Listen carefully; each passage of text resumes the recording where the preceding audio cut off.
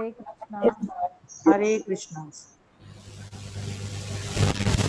So we are happy to see all of you again here for the Gita session. We'll start. So before we start, anyone would like to share what we had discussed yesterday? Guruji, Yes. Mahamantra.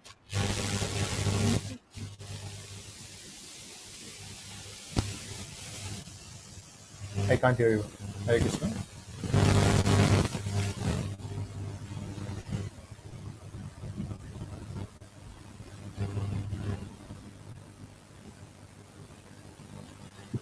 We Okay. discussed Yes. SE. Source of SE, everything. source of everything. Then Essence of Gita and everywhere. essence of Gita and everywhere. Okay. Anything else from yesterday's class? Yeah, chanting Krishna's Mahamantra cleanses our inner self. Chanting Krishna's Mahamantra cleanses our inner self. Very nice. Okay. And Krishna is all beautiful, all attractive. The word Krishna means very attractive, very beautiful. All six opulences. Yeah. Krishna means all attractive and all Oh. six opulences. Yes. What is six opulences is the meaning of which word?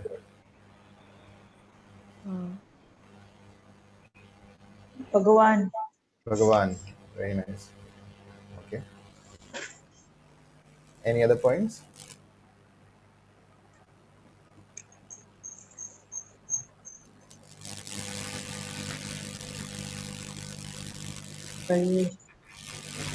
Yes.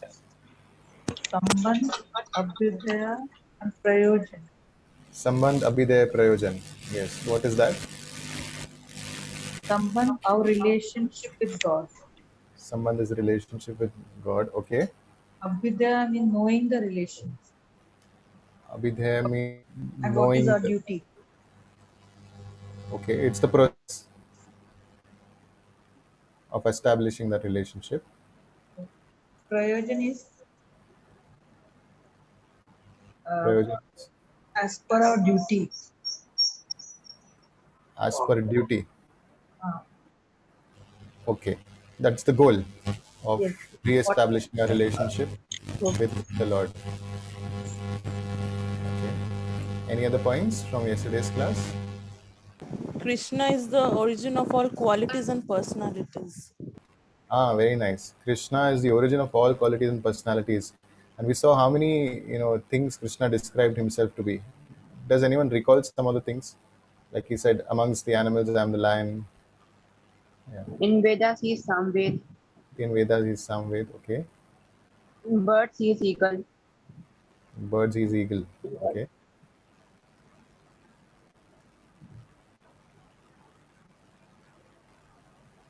Anything else? He is the king. In rivers, he is Ganga. In rivers, he is Ganga. Okay. Yes, Krishna described himself to be, the best Among the sages is Brihaspati.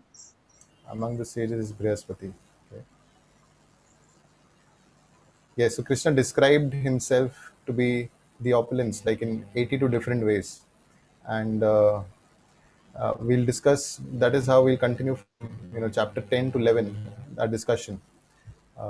Any other points apart from the description of all the opulences? Yes.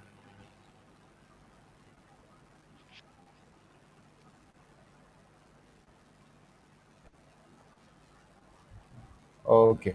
So, yes.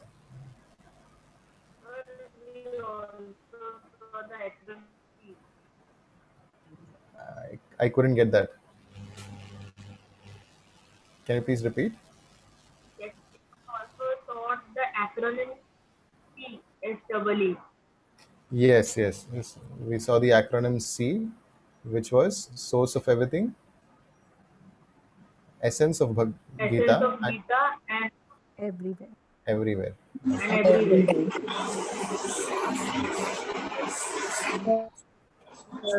We heard two stories.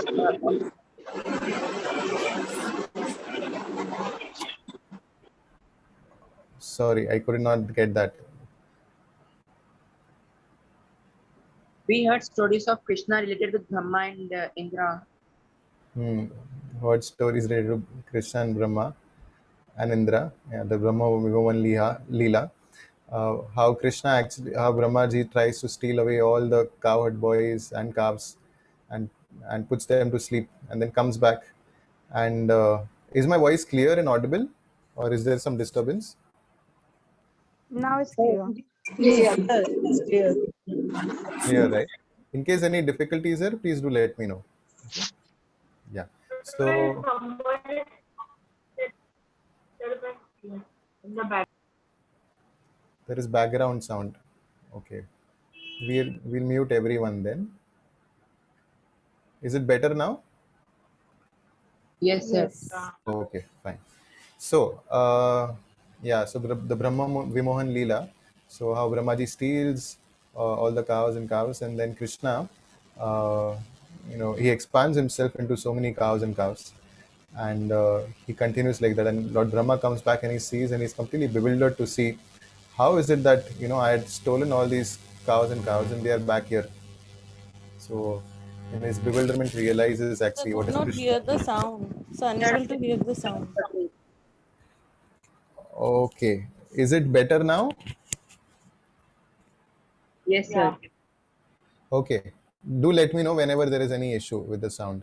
Okay, and in the meantime, I'll just request everyone to be muted unless they wish to speak.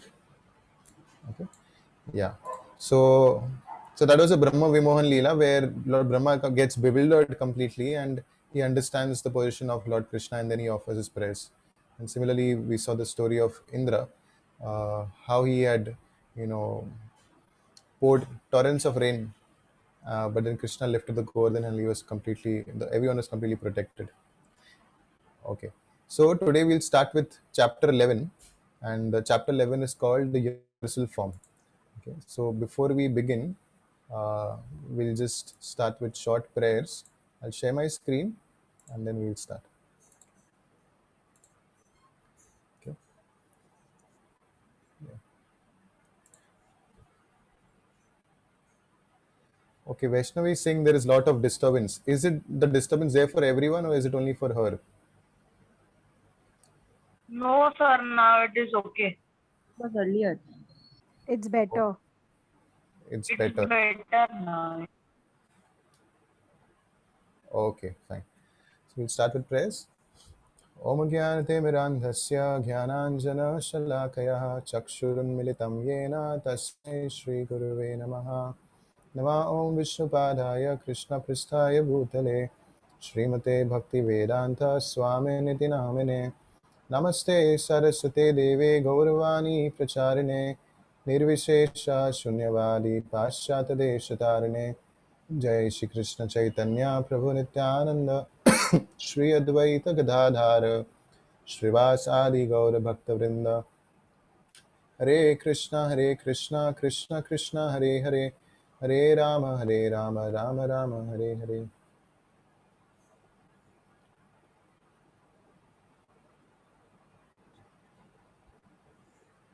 Hare Krishna. So this is again the chapter summary of chapter 10. As you all mentioned, this was the acronym C, source of everything, essence of Gita, and everywhere. So now in chapter 11, we are coming to chapter 11, and this is the discussion in chapter 11. The acronym is RUPA. Okay, R for request, U for universal form, P for prayers of Arjuna, and A for armed form. Okay, so this is the acronym for this chapter, chapter 11. So this chapter begins with Arjuna requesting Krishna something, and what is that request? As you can see in this picture, and I'm sure everyone would have, seen this in the serials or would have heard the story of Krishna's Vishwarup form, and that is why this chapter is called Rupa. The acronym for that is Rupa, or the universal form of the Lord. So, in the beginning of the chapter, Arjuna is requesting Krishna to show his universal form. So in the previous chapter, we saw how Krishna, described all the opulences. How he's the best amongst the animals. He's a lion amongst the planets. So many things. You all mentioned just now. So Krishna, said himself to be the best. The opulence. That is visible in the world. But then it might just happen that someone might say that, okay, I can also say that, of all the planets or of the light, I'm the sun, of this, I'm that, I can say, and then everything of that you see in this creation is actually coming from me. Anyone can say that, right? So what if tomorrow someone comes and says like that all this splendor, at the end of the chapter, Krishna says, whatever you are seeing, this is, I'm this, I'm that, I'm that. And not just that, just from a spark of my splendor, everything is coming. Tomorrow anyone can come like that and say, all this creation and all that you see in this world is actually coming just from me. Then how can anyone believe that? Isn't it? So therefore, what Arjuna does in the beginning of this chapter is he actually requests Krishna to show his universal form, and that is what we'll start with today. Okay, so the first section is request. So after hearing Krishna, he's saying, with the single fragment of myself, I pervade and support the entire universe. So, although Krishna is driving Arjuna's chariot, he pervades and supports the entire universe. Arjuna therefore wishes to see Krishna's all-pervading form. So now this is what Arjuna is asking, Krishna. He's saying, my illusion is dispelled. I have heard from you. I desire now to see your universal form. And if you think I can behold, then you please show it to me.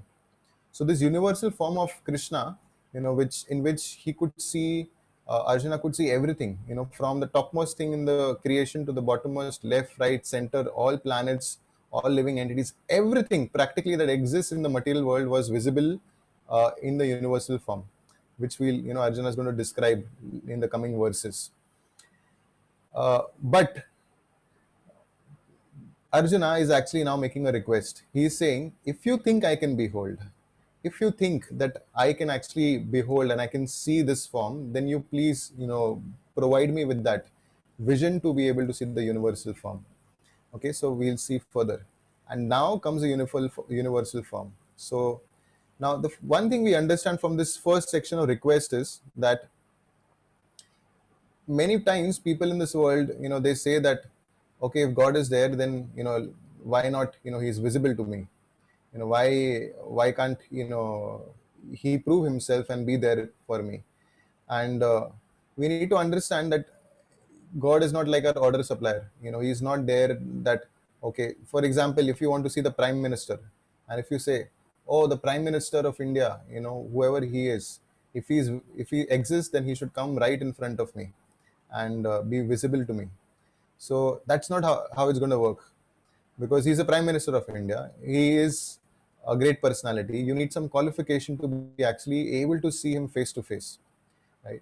And all that you can do, even if you are an ordinary person, is you can request.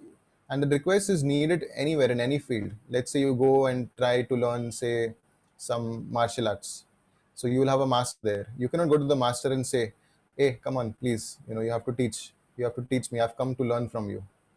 What you can do is you can only request, right? So when you put that request across, then being pleased, the master will say, yes, okay, I'm ready to train you. And then he'll give whatever is needed for the training. Similarly, we understand that actually you cannot just directly barge into the doors of, Vaikuntha and go there and then say, I'm completely qualified now. And I can enter in Vaikuntha planets because I've qualified myself. No, that's not the mood in devotion. So in the Bible also it says only the meek and humble can actually, go to the abode of the Lord. So that humility is manifest here in Arjuna requesting Krishna to, show his universal form. And of course, because, Arjuna is a great devotee, so Krishna does, satisfy his request. So U is then universal form. So point one is Arjuna wants to reveal Krishna's reality for others. Now, why did Arjuna ask Krishna to show his universal form? See, Arjuna was already a devotee of the Lord. In fact, he's a pure devotee of the Lord. And he knows that Krishna is actually the supreme, absolute truth. And he is God himself.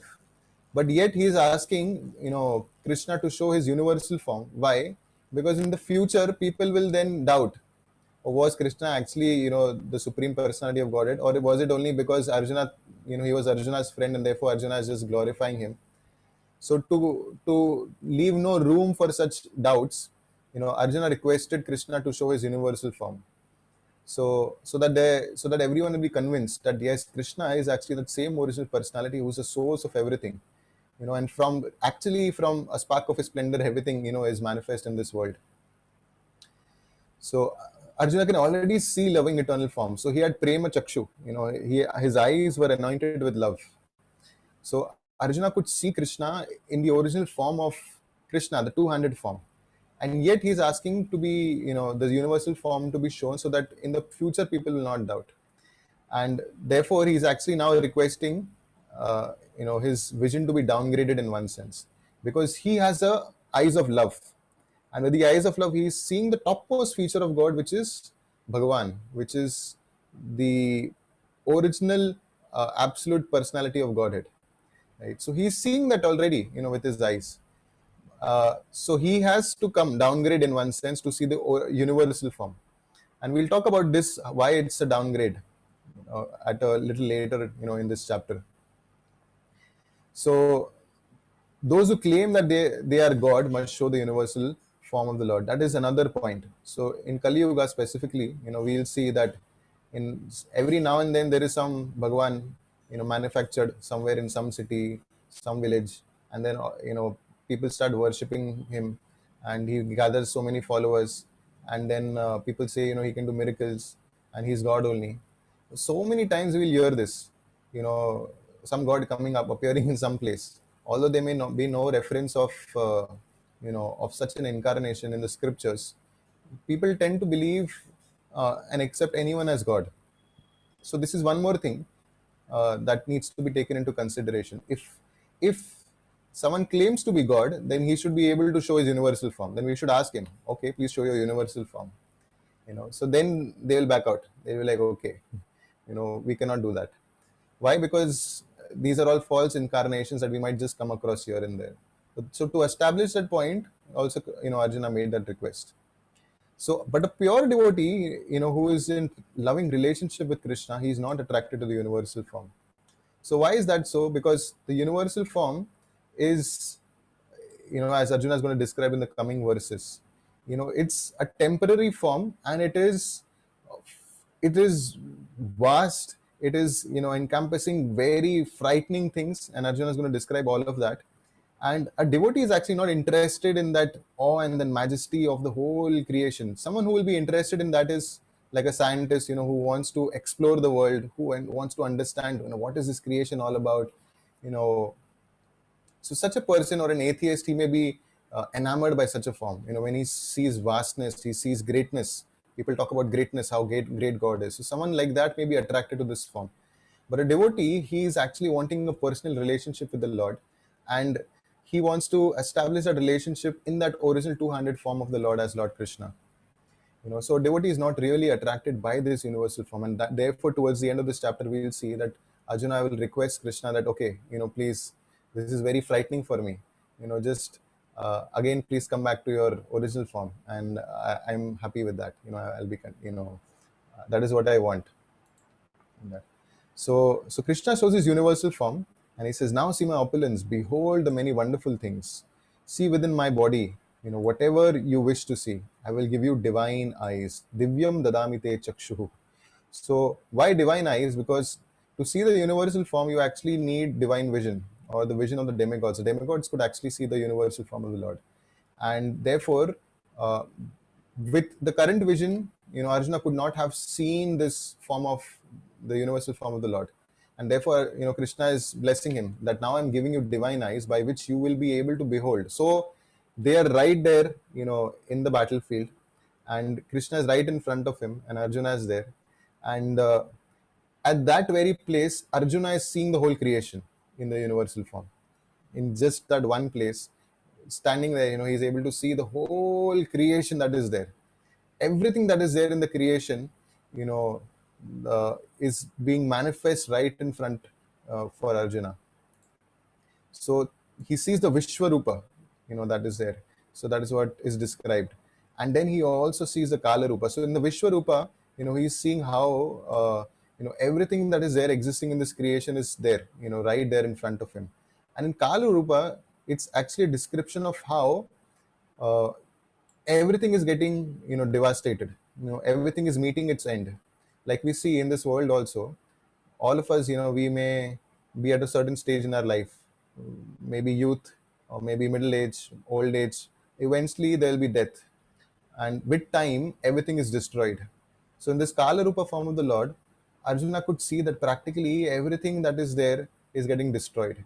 He could even see that all these people from with whom he was going to fight in the battlefield, you know, they are entering into the mouth of Krishna. You know, fire is emanating from the mouth of the Lord, and everyone is dying. Everyone who is present on the battlefield, you know, in the opposite army, Arjuna could see that they are all actually entering Krishna's mouth and they are actually being killed. So that is the Kala Rupa. So we can just imagine there are so many human beings are just one species. There are so many living entities, and at every moment, every second, how many living entities are actually meeting death? So when we say death, it means giving up this material body, because the soul is eternal. So many living entities across the world, you know, on just this planet are meeting death every single second, right? So that is time. You know, Krishna is saying that time, I am the destroyer of everything. So we see that story in the Mahabharata where Yudhishthir Maharaj, you know, they were across this lake, and the Pandavas went there to drink water, and everyone who drank water, they fell unconscious. And then Yudhishthir Maharaj came there, and then the Yaksha was there. He told Yudhishthir Maharaj that if you have to drink water from this reservoir, you have to answer my questions. Without that, you will not. If you do, then you will meet the same end as your brothers have, because your brothers have also did not take permission from me, did not answer the questions, and therefore now they're lying here unconscious, like dead almost. So he asked many questions to Yudhishthir Maharaj, and one of the questions that he asked Yudhishthir Maharaj was, "What is the most wonderful thing in this world?" And Yudhishthir Maharaj said that the most wonderful thing in this world is, you know, ahani ani bhutani gachanti tat yamalayam. So he's saying that every moment there are so many living entities, you know, who are dying, you know, and we can see practically our grandfathers and great grandfathers, our relatives, friends, everyone around, you know, we can see practically they are leaving, you know, this world, they are dying. And then he says the most wonderful thing is that despite knowing that, you know, everyone is leaving and dying, the most wonderful thing is yet one believes that I will not die. I'm here to stay eternally. Isn't it true? So Yudhishthira Maharaj said that this is the most wonderful thing, you know, that we are seeing. That everyone thinks that I'm here eternally to stay. I will not die. Like that. So that is Kala Rupa. That is actually Krishna. He's in the form of Kal, in the form of time, he is destroying everything. Now someone may question, how is, you know, if Krishna is destroying everything, then even the devotees will actually also meet death, right? So then what is the point of becoming a devotee in one sense? You know, if devotees will also meet death, and the materialists will also meet death, the karmi will also meet death, the atheist will also meet death, the sinful people will also meet death, then what's the difference between the death if everyone also, you know, every living entity has to meet death? The difference is that for a devotee, it's like, you know, there is a cat, and the cat goes and catches the kitten, you know, its baby. Have you seen any time how the cat catches the kitten and takes it from Yes, one place to another? How does it happen? in the mouth. Very They delicate. hold the neck In the mouth, right? You've seen Yeah. the cat actually holds the kitten by the neck in the mouth. Yeah. in the mouth, and, you know, takes it. If you would have seen, you know, it's actually like that. The cat, you know, holds the kitten by the neck and takes it from one place to the other. And how does a cat catch the rat or hold the rat? With the teeth. Sorry, The teeth. teeth. Same way, right? Yeah. Teeth, and, you know, holding the rat by the neck.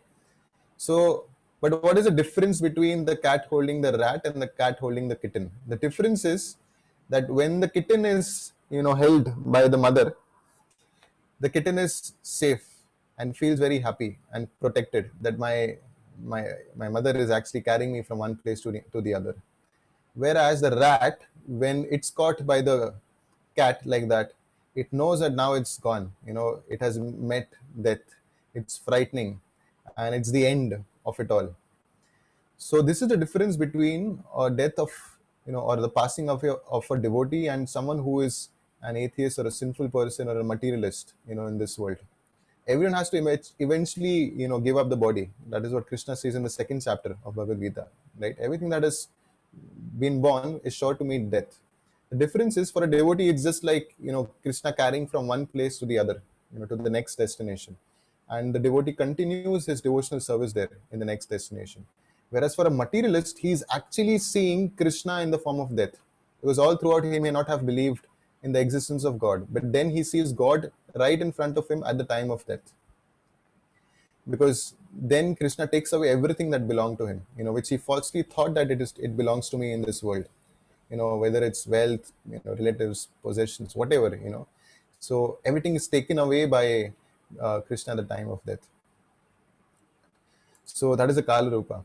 So Krishna displays his universal form. Arjuna saw that form and the effulgence of the universal form. So everything in the universe is seen at that one place, as we just spoke about. And Arjuna bowed down. So when he saw this great form of the Lord, Arjuna was, you can imagine, if you're seeing the whole universal form of the Lord right in front of you, so you will be like humbled, and you will be like, oh, I was just thinking that Krishna was my friend, So Arjuna started feeling like that, Krishna was my friend and I was talking to him normally. But now I realize, wow, looking at this universal form. Of course, Arjuna knew that he is the Supreme Personality of Godhead, but they were more on a personal, relationship of friendship. Like, Prabhuji had described in one of the earlier classes, there are 5 relationships which we can have with the Lord. And one of them is Sakyam, right? Friendship. So Arjuna was a friend of the Lord. But when he saw this universal form of the Lord, he bowed down, and he started offering prayers. So this is the next section, prayers of Arjuna. We'll go a little fast because there are a lot of, points being mentioned here. So Arjuna's realization upon seeing the Vishwarupa, Arjuna's description of Kala Rupa, of time, and then Arjuna sees a future outcome of war. So all of these is going to be described in the coming verses. So he's saying, dear Lord, I see in your body, Pashyami Devam Stava Deva Deha. So he's seeing all the demigods and everyone present there in, in the universal form of the Lord.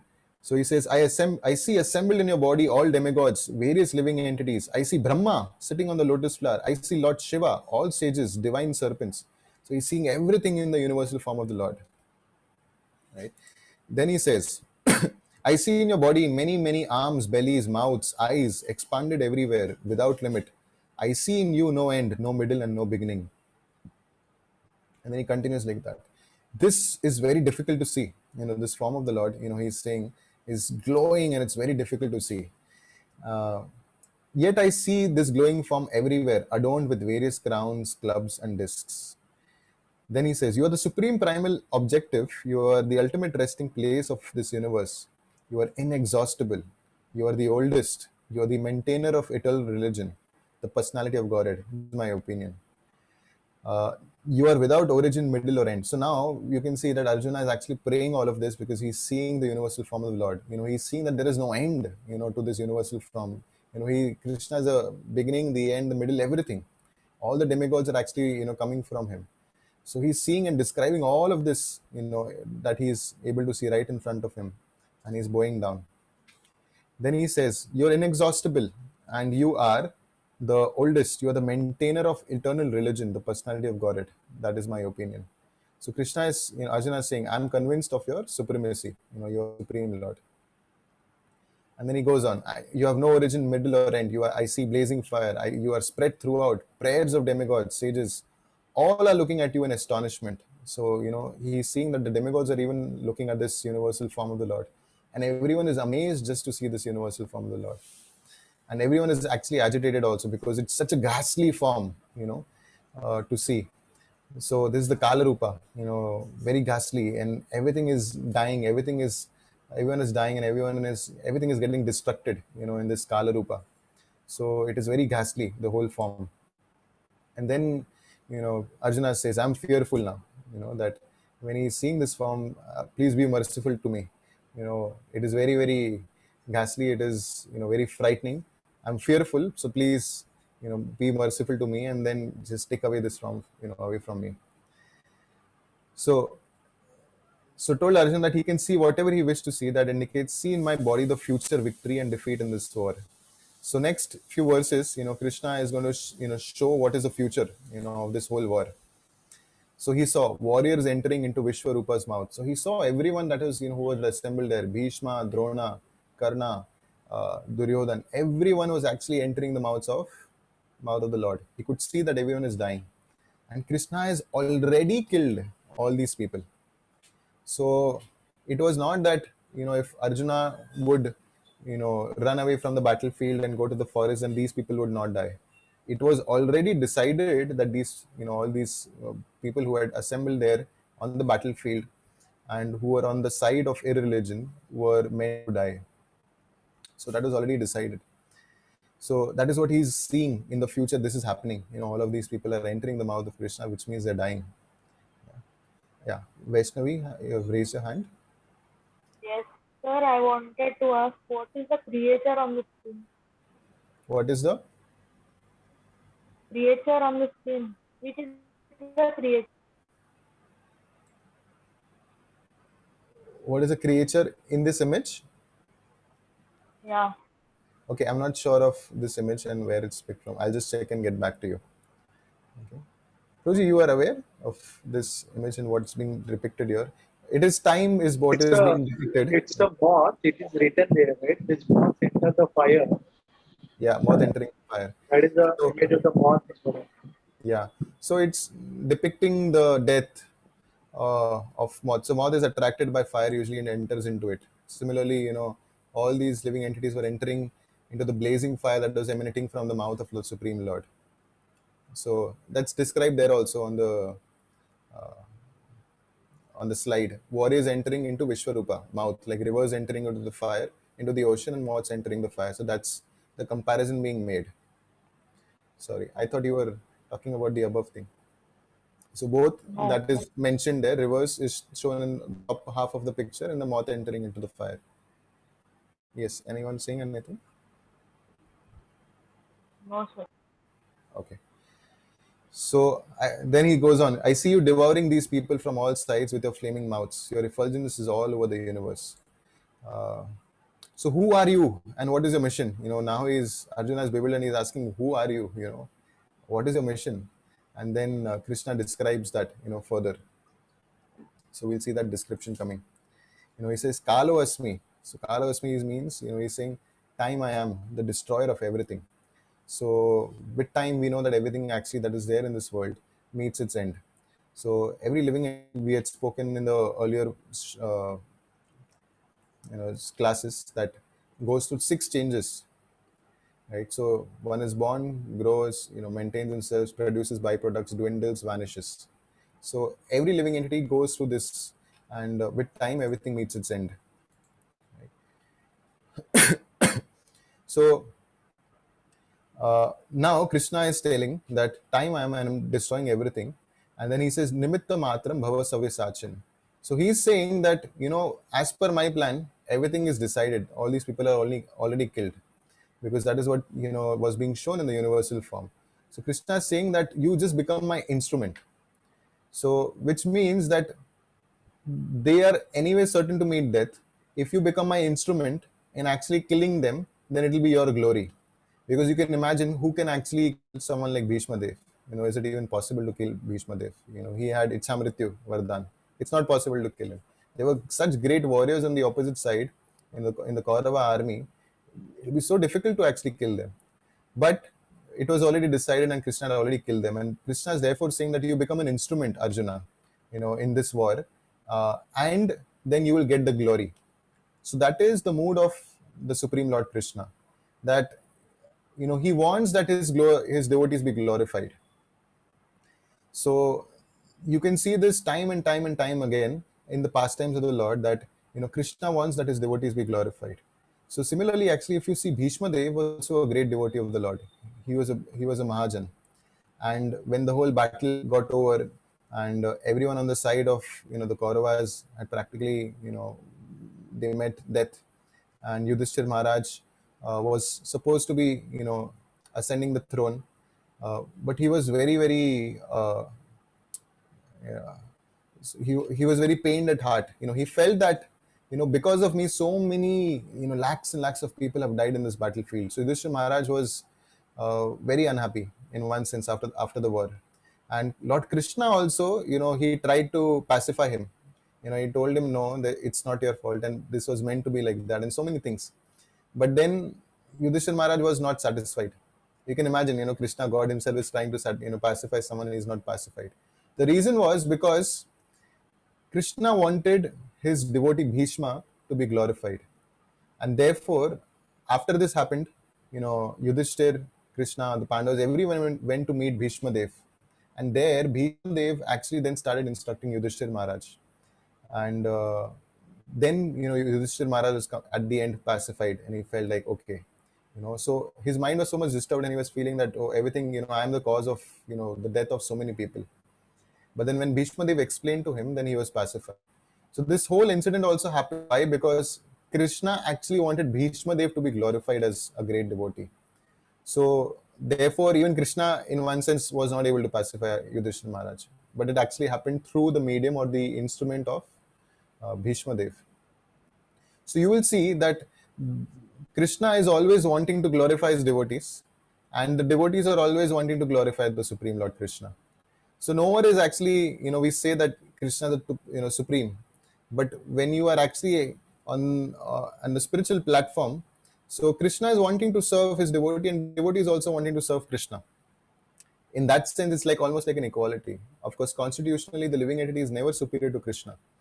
But then, in that mood and relationship of serving the Lord, it's a lot different from the service we see in this material world. In the material world, if you are told that, okay, now you are my servant, do as I say, then that is done with, like, people may go and work in a company and serve there. That is not done out of love. It's only done for some salary at the end of the month that one will get. If you are not going to get that, then you will leave the job. So it's not done out of love. That service is just for our own sake. It's out of our own selfishness in one sense. But then the service of the devotee to the Lord is not the same. It's not on the same platform. It is transcendental. It is without any selfish motive. It is without any desire for one's own pleasure. It's actually wanting to please the Supreme Lord. And Krishna also wants to in turn please and serve his devotees. And we see so many such pastimes in the scriptures, like how Sudama, I think we spoke in one of the classes earlier also, how Sudama is a great Brahmana, friend of the Lord.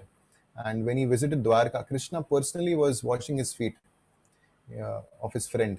Now you can imagine, he's the supreme personality of Godhead. But then, because he was such a great devotee, Sudama, Krishna, and a Brahmana also, so he was personally washing the feet of Sudama. So devotion, that is the essence, and we're going to come and talk about that also towards the end. So the non-devotee desires independence from God and is directly or indirectly controlled by Krishna through his material energy, Maya. That is the other point we understand. That one may say, no, I don't want to follow Krishna's instruction. I don't want to do as Krishna says. I'm independent. I am the Lord of all I survey. So I'll do things the way I like.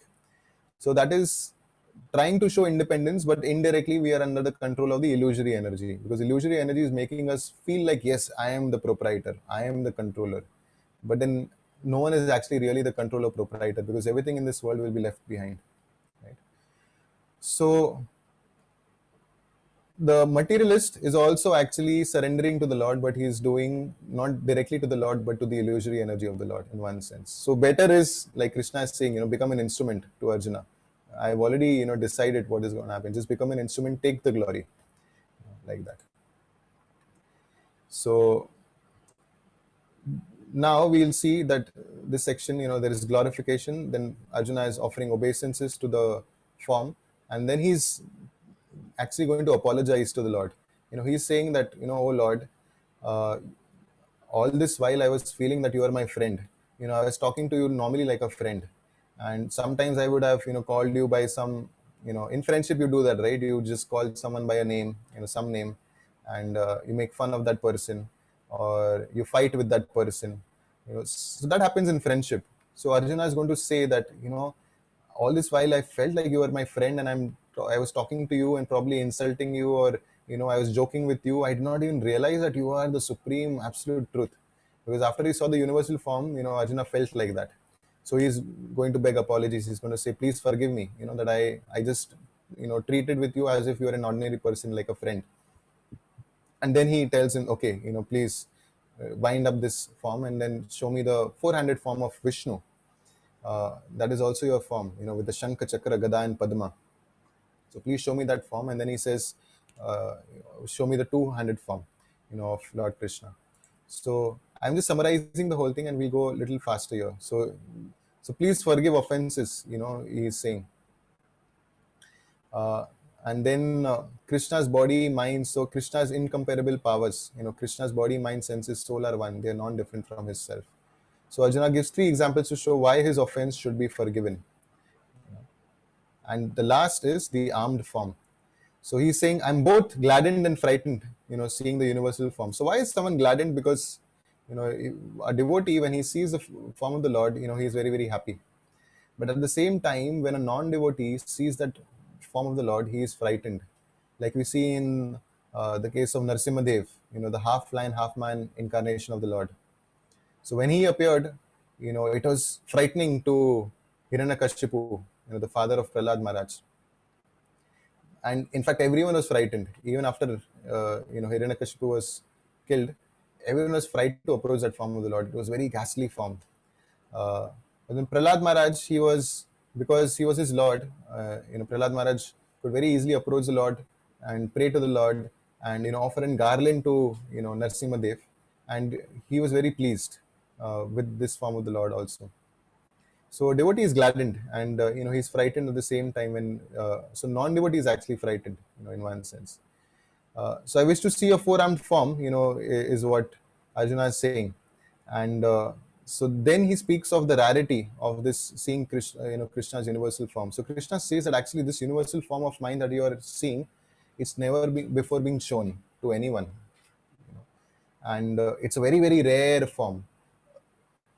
At the same time, a devotee is not attracted to this universal form of the Lord, as we had spoken earlier, because this is a temporary form, and it doesn't have that personal relationship that you can have with Krishna as in his original form. So devotee is not attracted to this form either, and it's a very rare form. But then even rare, is actually the form of Lord Vishnu and the form of Lord Krishna in his two-handed form. Because although Krishna, like we have discussed before, although Krishna was present there, at that time, 5,000 years ago, still not everyone could understand Krishna as a supreme person, in his original two-handed form. So, and like we have discussed, earlier, this is the original form of the Lord. Like it says, man is made in the image of God, which means that actually the original form of the Lord is this form with two hands, as Krishna is described in the scriptures, wearing a peacock feather, playing on his flute. So that is his original form. And a devotee actually wants to see that original form of the Lord. And who can see that original form of the Lord is someone who has devotion, whose eyes are anointed with love for the Lord. That is one of the verses in the Brahma Samhita. It says, Premanjana Bhakti Chura. What is that? Premanjana Churita Bhakti Vilochanena Santha Sadaiva Hridayoshu Vilokayanti. So in that verse, it's described that someone whose eyes are anointed with love for God, Premanjana. So his eyes are anointed with love. So such a person can actually see God everywhere. Whereas someone who is a non-devotee, who doesn't have that devotion within the heart, even if God comes right in front of him, he'll not be able to understand that he is actually God. So that love or devotion is the key factor, is also something that we'll talk about in the next chapter. So no one has seen this form, Krishna tells, and then Krishna reveals his four-handed form. And after seeing this, then Arjuna says, okay, I have regained my composure now. Now I'm feeling better. So this form, he says, cannot be understood by simply Vedic study, penances, charity, nothing. It is a very rare form. So even if someone may be very learned in scriptures, who would have done a lot of tapasya, this, that, it's not visible, right? Who can understand and see is someone who is a bhakta, who is a devotee, can actually see and understand the form of the Lord. So the essence of Bhagavad Gita is perform bhakti to attain Krishna. Okay. So this is the chapter 11 we saw just now, Rupa, request universal form, prayers of Arjuna, and the armed form. Before we go to the next chapter, if any comments or questions are there. So I have a question that what is meant by Saumya Rupa? What Rupa? Saumya. Okay, where was this? Is a normal book. Sorry? So where Arjuna Saumya asked Rupa is the normal Krishna ji to show his normal roop. That's the Saumya roop. Two-handed roop, I think. That's what. Huh? So you're answering yourself. You're saying that Saumya Rupa is 200 form. No, I answered it. I did not ask that question. Sorry, I did not get that. I answered the question. I did not ask it myself. Somebody else asked it. Oh, someone else asked it. Oh, okay. Yeah. Acha, acha. Okay, fine. Okay. Anything Sir? else? Yeah. Yeah. So I have one more question, that is there a difference between Kal Rupa of Krishna and Kalki Avatar of Krishna? Yes, Kalki Avatar is the avatar that will come in Kali Yuga, as we know, towards the end, as Vijay Madhaprabhu was describing. So Kali Yuga is 432,000 years, and we've just passed 5,000 years so far. So Kalki Avatar actually comes and practically, destroys, kills everyone, because everyone will become so sinful. There will be practically no religion being observed or followed anywhere. No devotees, nothing will be there. So Kalki Avatar comes at that time and kills everyone, and then the whole cycle starts again. Then again it starts with Satyuga, Treta Yuga, Dwapar Yuga, and Kali Yuga. So yes, so Kal Rupa is basically Krishna is saying that I'm the time factor which destroys everything in this creation. So yeah. Hello, Prabhuji, can we worship universal form of Krishna or normal two-handed form? Because universal form, it consists of all the demigods, and so that if we worship that form, is it okay? So when we are worshipping Krishna, actually we are worshipping all the demigods, or in other words, everyone is satisfied. We are not worshipping everyone. So like we had discussed in the previous classes also, so yatha taror mula nisechanena tripyanti yatskanda bhujobashaka. So when you water the roots of the tree, automatically all the leaves, the plants, the twigs, the branches, everything is satisfied. So we don't have to worship each and every demigod. We worship the original source of everyone, which is Lord Krishna. And Lord Krishna in his original form is the source of everything. So it's not that when we are worshipping Krishna, then everyone else is not satisfied. Everyone is satisfied rather when we worship Lord Krishna. So the universal form is more appealing to people who are like, who are more enamored by this material creation. They feel the greatness of this world. They're more enamored by that kind of a form. As a devotee, he is not so much, wanting to see the universal form, and nor is it an eternal form. Even the universal form is actually only a temporary form. Whereas the form of the Lord as Lord Krishna, or the other Lord Rama, Narasimha, they are actually eternal forms of the Lord present in the spiritual world, right? So a devotee is always eager to worship the two-handed form of the Lord as Lord Krishna. Okay. So that is an eternal form. The universal form is not eternal. So there is a personal dealing and relationship. That is what we are talking about, devotion. So devotion means, what does devotion mean? There is the Lord and there is a devotee and there is an act of service. That is what devotion means. So that is possible, when we are worshipping Lord Krishna, right?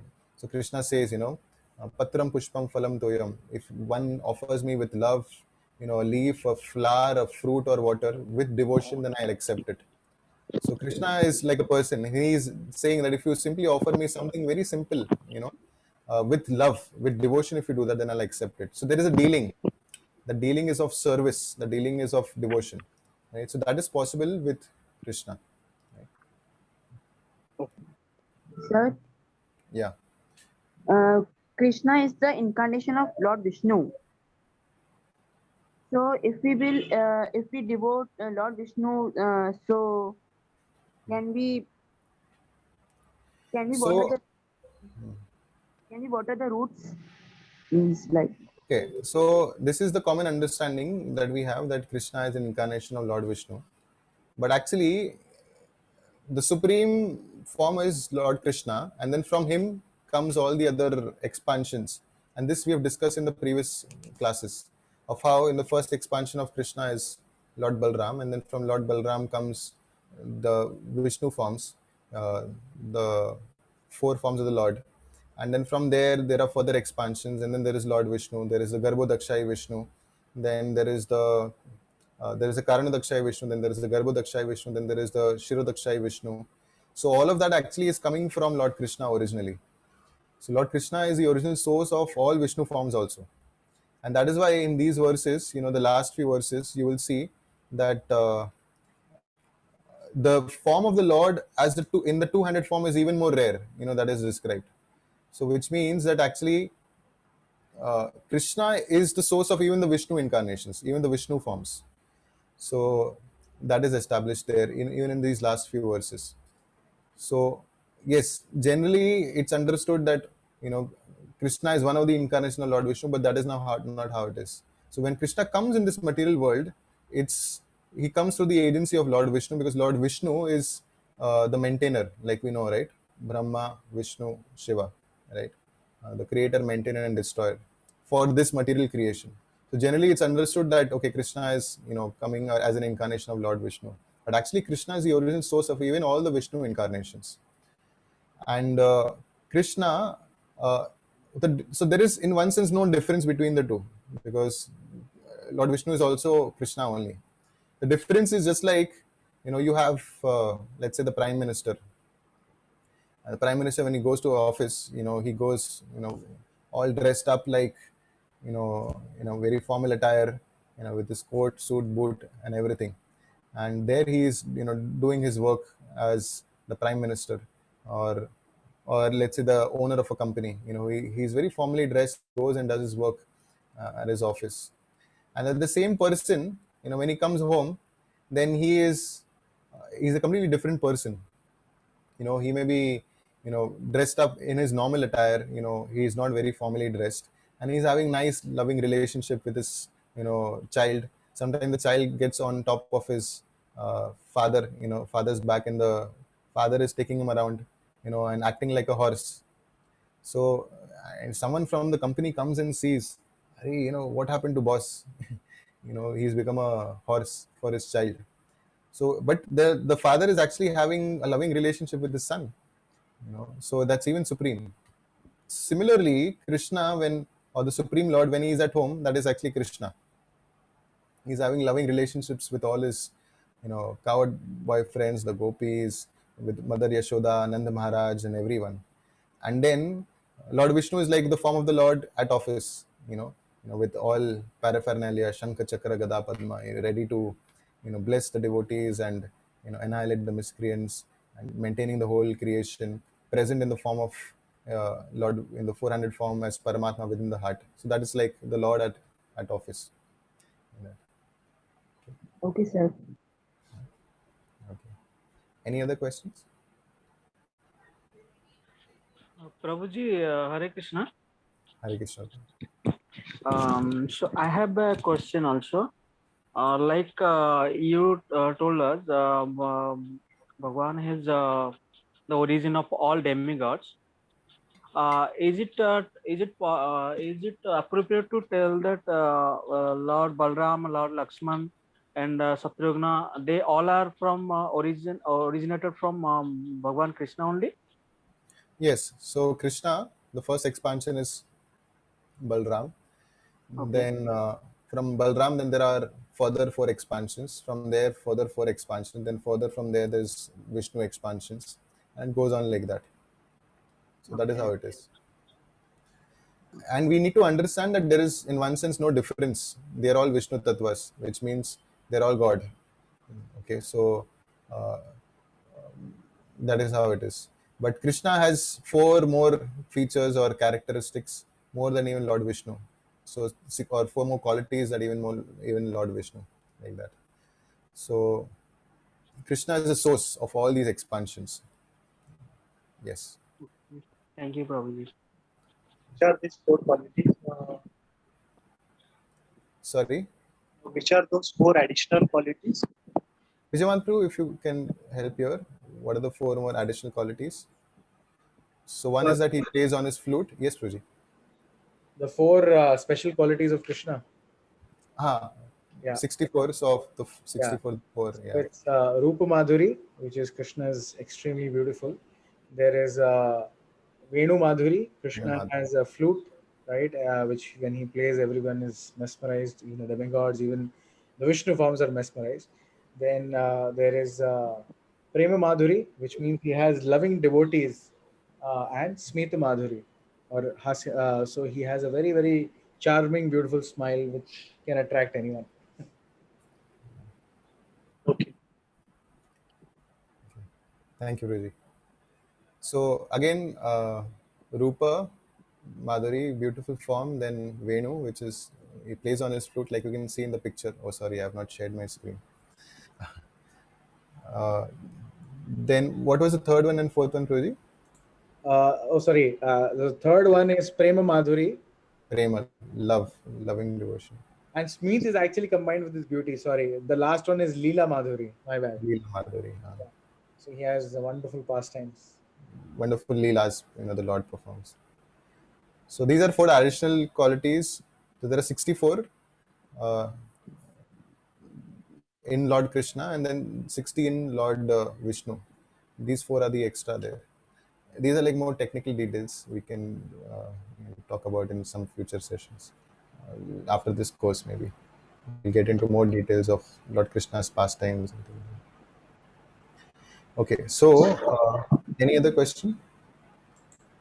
Or we'll go to the next chapter then.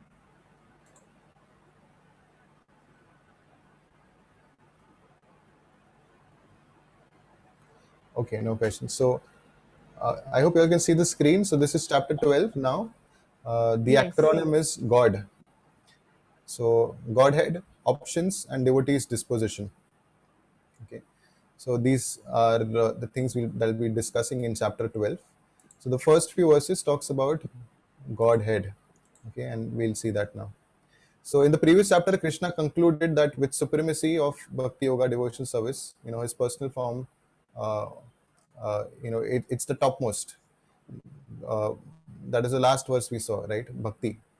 By Bhakti, we understand the Supreme Lord, and it's the topmost, Krishna is saying. Now, in the beginning of this chapter, Arjuna is going to ask some questions. And what are those questions? Because, Krishna also showed his universal form.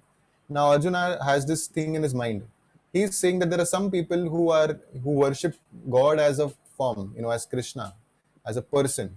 And yet there are others who think that God or the absolute truth is impersonal. He has no form. Nirankar hai. But there are both features. There is impersonal form of the Lord, which is the Brahmajyoti, which is like the effulgence coming from the Lord. And there is a personal form of the Lord. Krishna is present as a person also.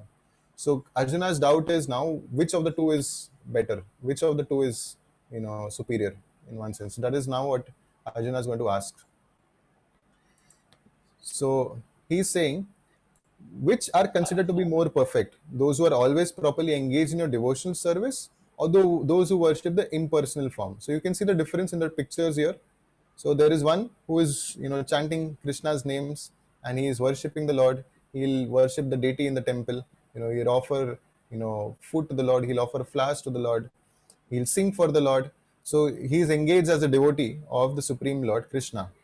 And whereas there are other transcendentalists who just worship God and think God to be impersonal, Nirankar. So now Arjuna's question is, of these two, which is better?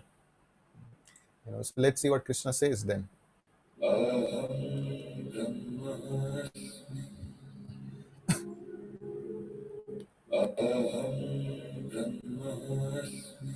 So this what you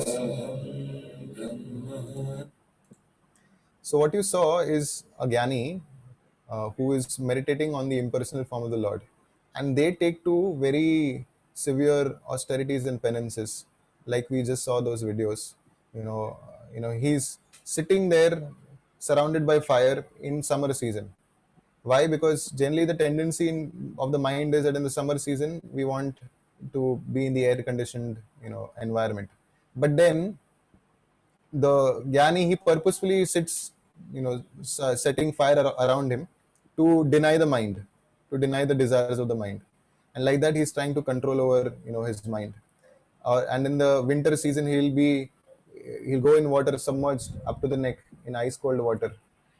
So he is performing severe tapasya just to uh, deny the desires of the mind and the wants of the mind, and trying to control the mind in that way, and then somehow meditate upon the impersonal form of the Lord, thinking that I am also uh, that supreme person, I am the part of the supreme person, and therefore he wants to get merged into the impersonal Brahma Jyoti. So Brahma Jyoti is like the effulgence of the Lord, and such a person who is wanting to go there, he when he leaves the body, he will go as a spark and be there placed in the Brahma Jyoti. He does not lose his existence.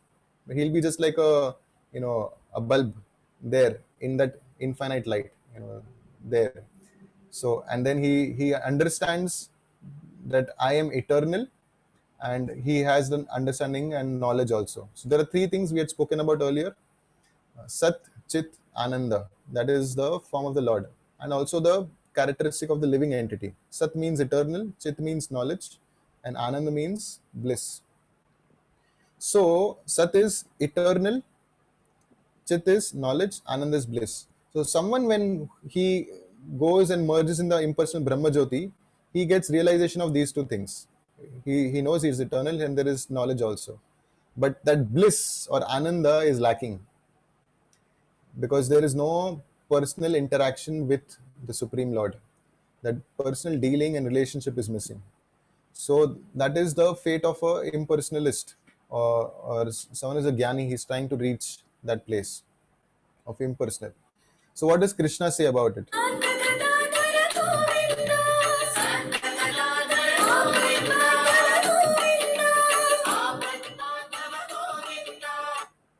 So we can see, on the other hand, a devotee, he has, whereas a Gyani is trying on his own strength, to control his mind and senses and thinking that I am that impersonal form, or I am the part of the impersonal form, or I am that absolute truth. A Gyani is thinking like that. Whereas a devotee, he is worshipping the Lord. He's getting support from so many ways.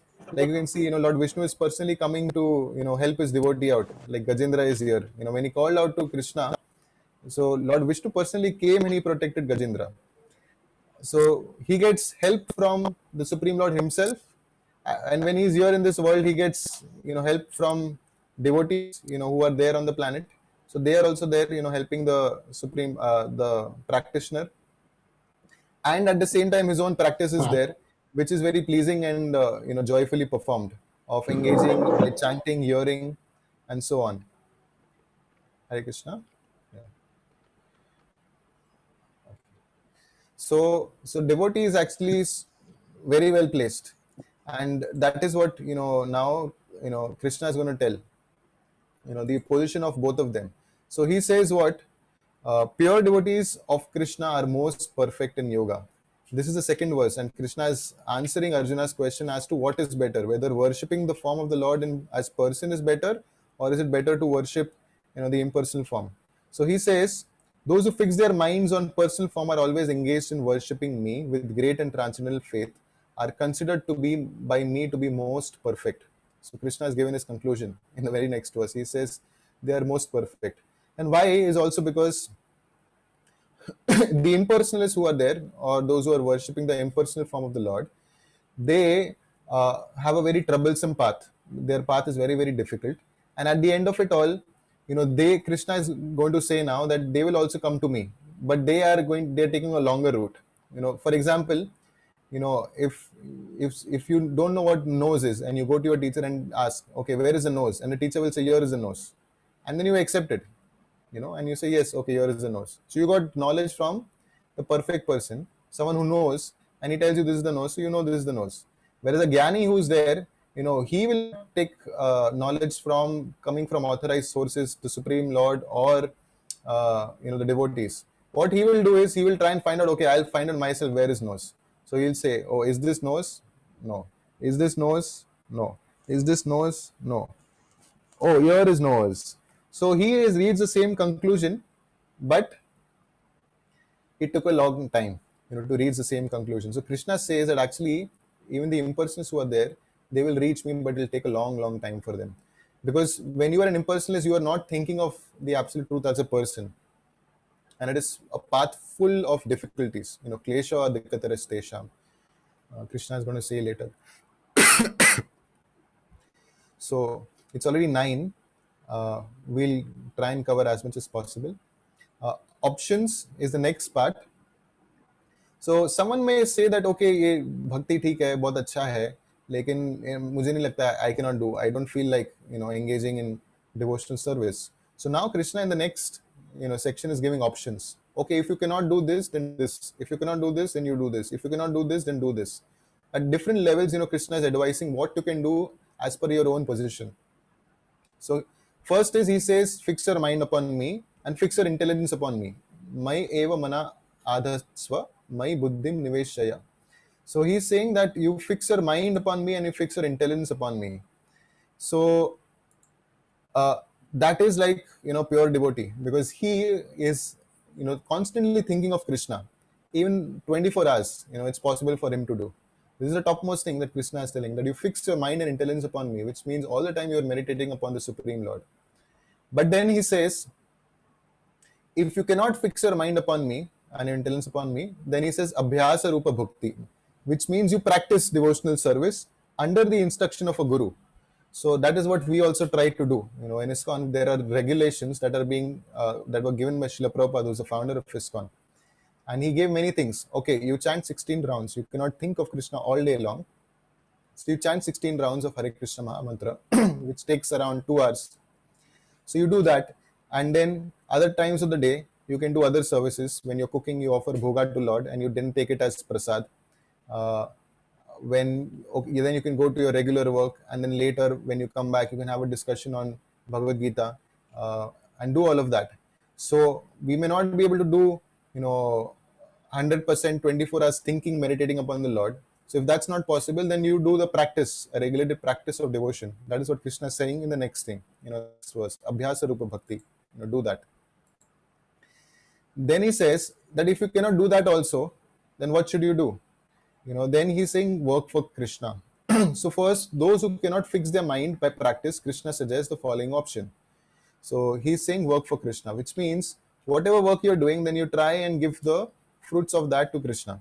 That is the next thing. If you cannot even do practice regulated devotional service under the instruction of Guru, then you at least do give your fruits of your work to Krishna and work for Krishna. Then that is the next thing, that is the next stage. So there is a table which will make even more clear what we are discussing here right now. And then if you cannot even do that, then at least give the results of your work in some good cause. Give up the results of the work. There are some people, they will not even give donation to temple or offer the fruits of their work to God. Rather, what they will do is, they will give it in charity, helping out someone, the needy, maybe for some good cause, something like that. So some punya karma they will do like that. So Krishna is saying, if none of the above, then you do at least this much, that you give up the results of your work. Why? Is because although this is not devotion and it's not related to devotion, but what will happen is, if they have something that is belonging to them, let's say they have some wealth, and if they give it out to someone else, then what's happening is there is detachment being developed. You will start getting detached from the money, because money is so sweet, money is so dear to everyone.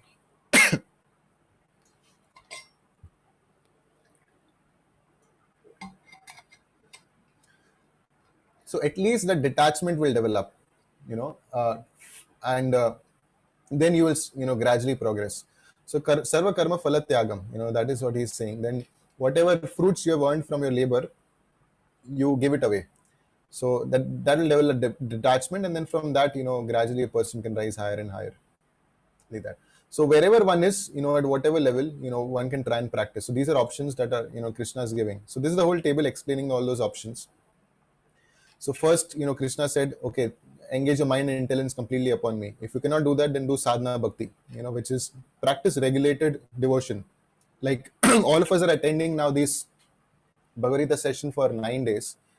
It's a kind of regulation, right? You have made it a part of your schedule that, okay, every day now from 8 to 9, I'm going to sit and hear something about Bhagavad Gita. It's a kind of regulation. So Krishna is saying, okay, make it a practice like that.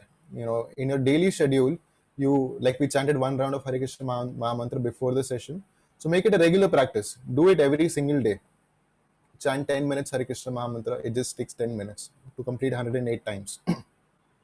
So do that. Read a little bit of Bhagavad Gita every day. It's not difficult to remove maybe 10 minutes, 15 minutes to probably read a verse of Bhagavad Gita and read the understanding that's given for that shloka. So make it a regular practice. So that is the next thing, Krishna suggests. If not that, then work for Krishna. If not that, then give up the results. And if that is also not possible, then it's better that you try and cultivate knowledge, jnana. And better than that is dhyana, meditating, the process of Ashtanga Yoga. If one cannot meditate, then he should renounce the results of his work for good cause.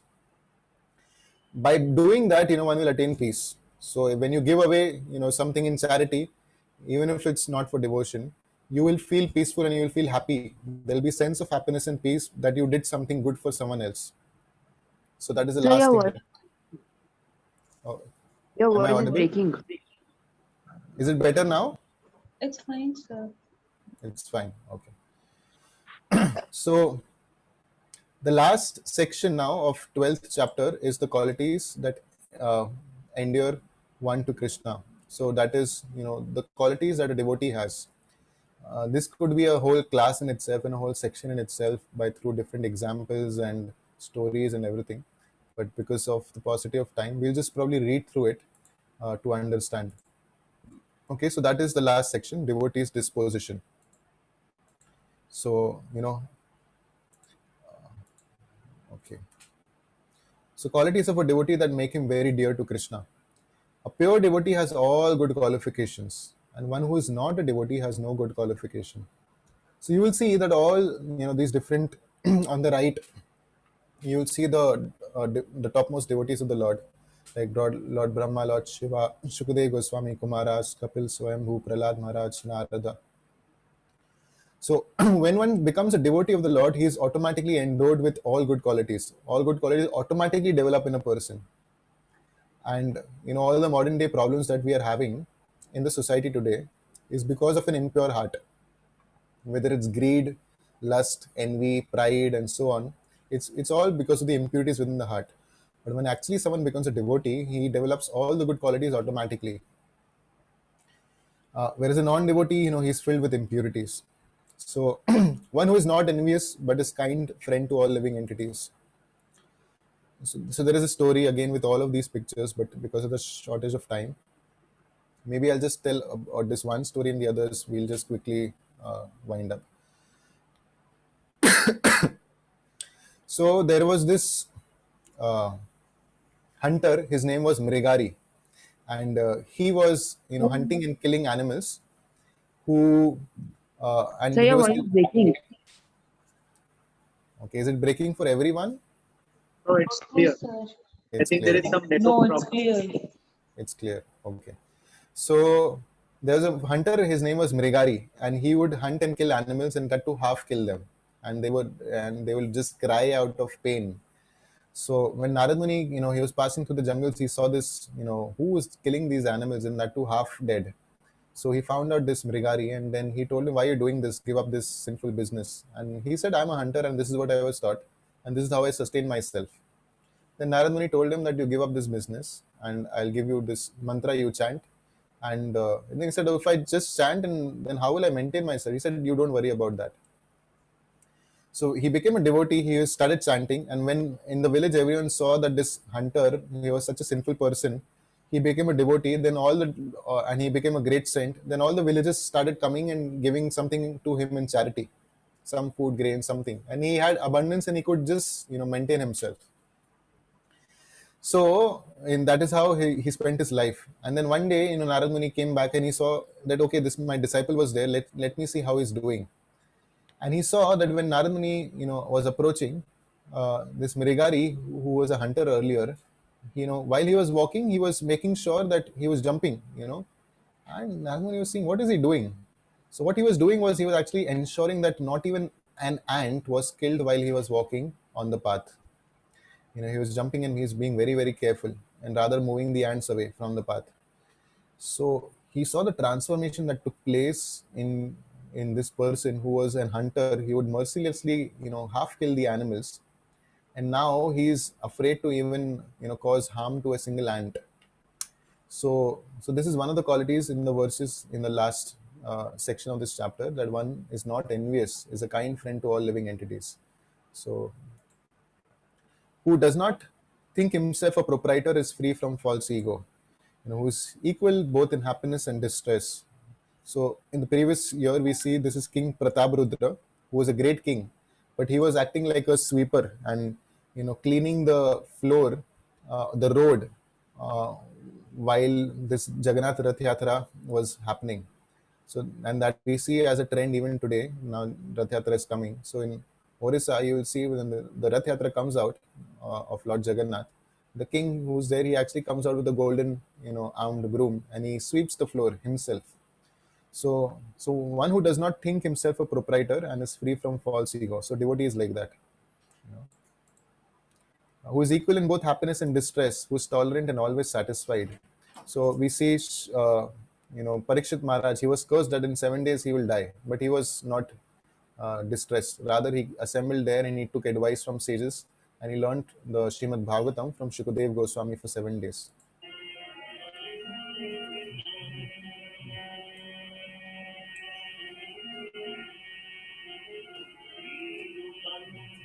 Yeah. So one who is controlled and engaged in devotional service, determined with determination, his mind and intelligence fixed upon me.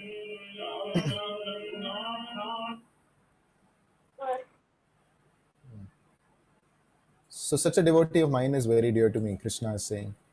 And there are many such qualities being described. He from whom no one is put into difficulty, who is not disturbed by anyone. This is Prahlad Maharaj, who is equipoised in happiness and distress and anxiety. He is very dear to me, this Prahlad.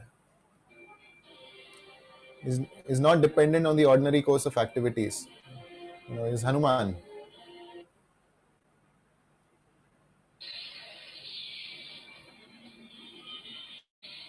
Who's pure expert without cares, free from all pains and not striving for some result, is very dear to me. Those who follow this imperishable path of devotional service is Dhruv Maharaj, and who completely engage themselves with faith, making me the supreme goal. Srila Prabhupada, who is of ISKCON, are very dear to me. Okay. So that completes the last section, devotee's disposition. So God is what we saw, Godhead, options, and devotee's disposition. So in this chapter, we began with Arjuna asking, what is better, to worship the Lord as in the personal form or the impersonal form? And Krishna says that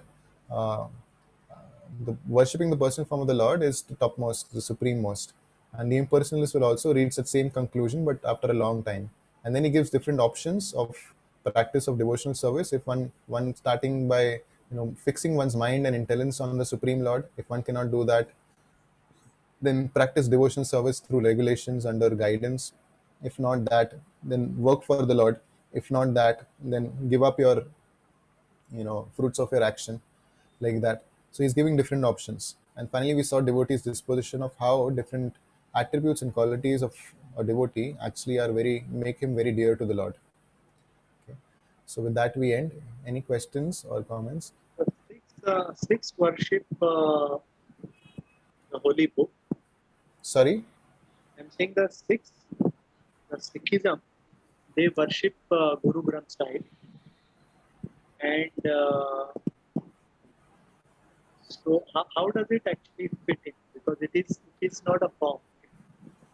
The Yeah. book is not a form. Yes, book is not a form. To my little understanding of what I've understood about, I heard a little bit about Sikhism is also, even in Sikhism, there is, worship or rather the glories of the Lord described of Govinda, or Krishna. So if you go into the details of it, there the chanting of the holy names of the Lord, worshipping the Lord, and Krishna, and the form of the Lord is also described. So worshipping the book like the Bhagavad Gita is there. So Bhagavad Gita is also non-different from Krishna in the sense that it's Krishna's words. So it's also essential that we go through the scripture. Like sometimes people may have a Bhagavad Gita copy at home. They put it in a red cloth and keep it there and worship. So that is good, and even better is you open, you read and understand and follow it. What is there in the scripture. So the thing that is there, the instructions of the Lord or the acharyas, if we try and follow them, that is going to give us a even higher destination, or will make us achieve that goal.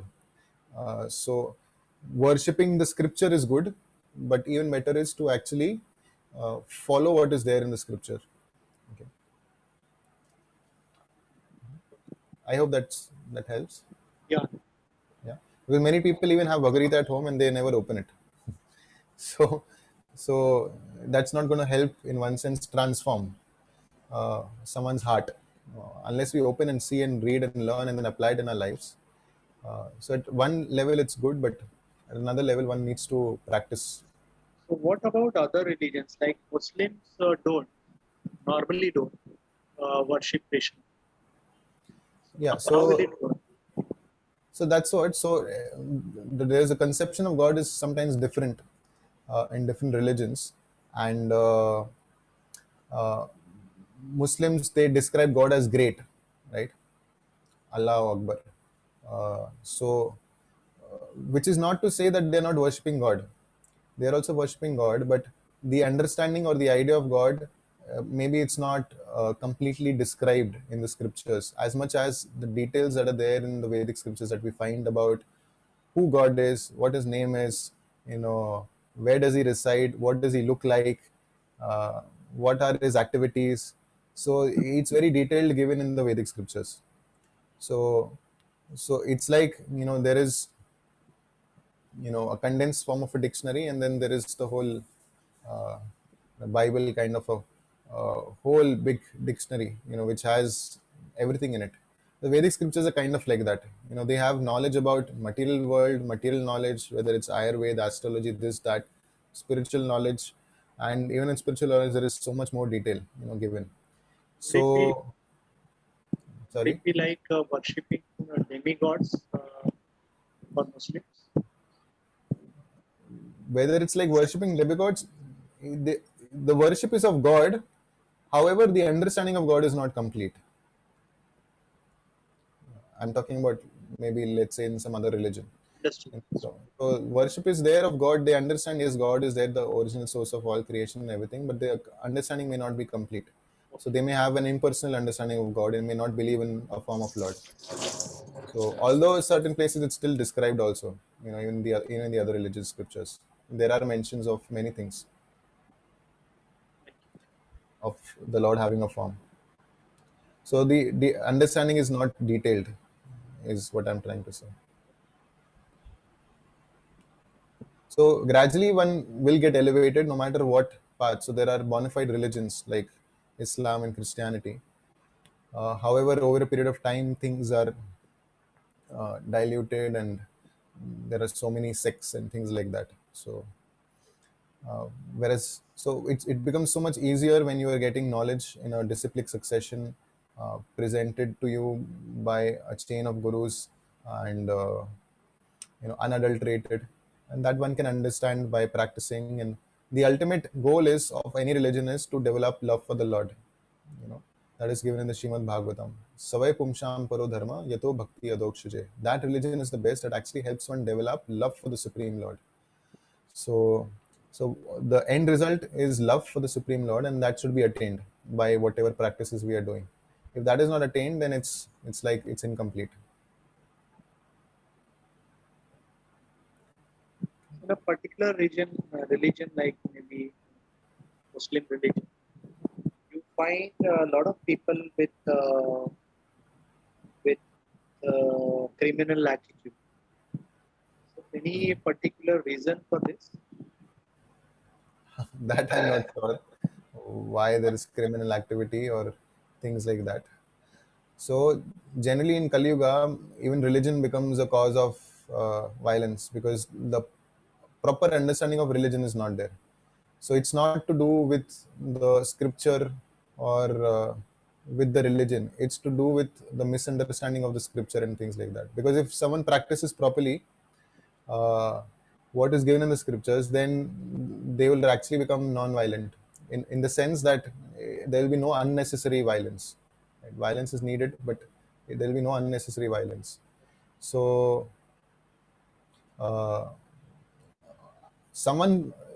even amongst Hindus or even other religions, there might be class of people who might just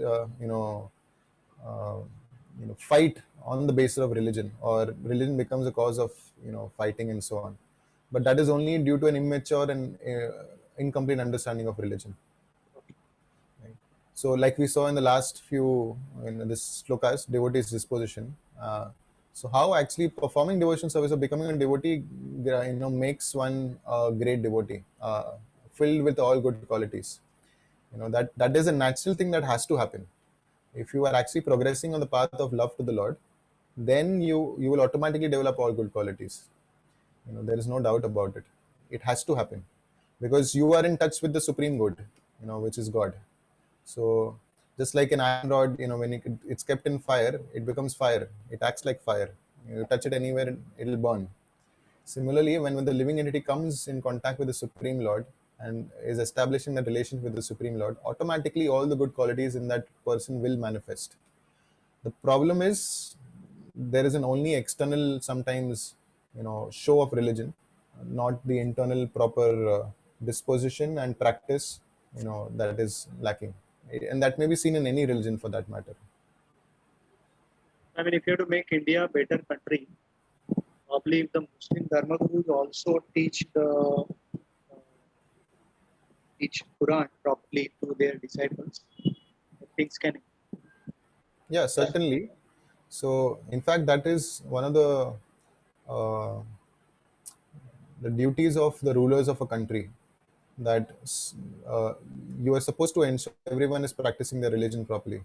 That is a duty of the leaders in society, to ensure everyone is practicing their religion properly. But now it's like the other way around. No one is practicing properly. No other leaders are trying to ensure that. So in the name of secularism, there is no practice of anything. So it becomes topsy-turvy.